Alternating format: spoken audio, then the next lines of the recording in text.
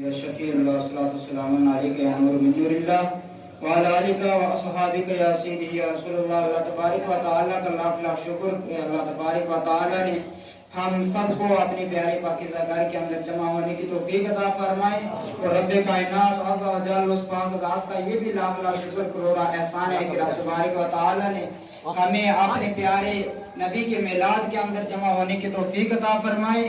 اور میری عرض یہ ہے آپ تمام حضرات کی بارگاہ میں کہ جس طریقے سے آپ خاموشی کے ساتھ شانتی کے ساتھ بیٹھیں، اسی طریقے سے بیٹھے رہیں۔ اب اس کے بعد صلاۃ والسلام پڑھیں گے، اس کے بعد انشاءاللہ دعا ہوگی۔ دعا کے بعد ہم نے سب کے لیے لنگر کا بھی اچھا انتظام کیا ہوا ہے۔ علماء کرام ہمارے ساتھ چل کر مدرسے میں کھانا کھائیں گے، اور جو باقی کی عوام ہے وہ باہر عیدگاہ میں بیٹھ کر آرام کے ساتھ کھانا کھائیں۔